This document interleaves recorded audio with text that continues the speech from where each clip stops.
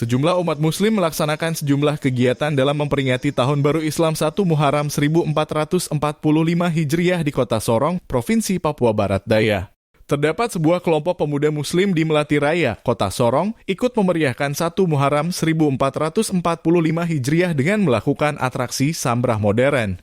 Sambrah modern yang dipentaskan oleh generasi Maluku sontak membuat heboh seluruh umat muslim di depan Masjid Raya Al-Akbar Provinsi Papua Barat Daya. Koordinator Pemuda Muslim Melati Raya Usman Ahmad Notanubun mengatakan sambrah modern ini merupakan inisiatif anak muda Melati Raya di Sorong. Sambrah modern yang dipentaskan hari ini merupakan karya dari saudara dari Maluku Tenggara dan pemuda Melati Raya hanya ikut berlatih melalui video.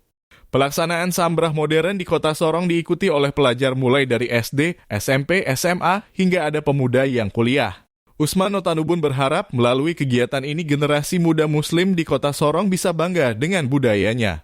Selain itu, saat ditemui terpisah pembina pemuda muslim Melati Raya M. Sanusi Rahaningmas bangga dengan pemuda muslim Melati Raya Sorong. Pasalnya, setiap hari besar Islam, generasi muda Melati Raya Kota Sorong bisa tampil dengan tradisi Islami.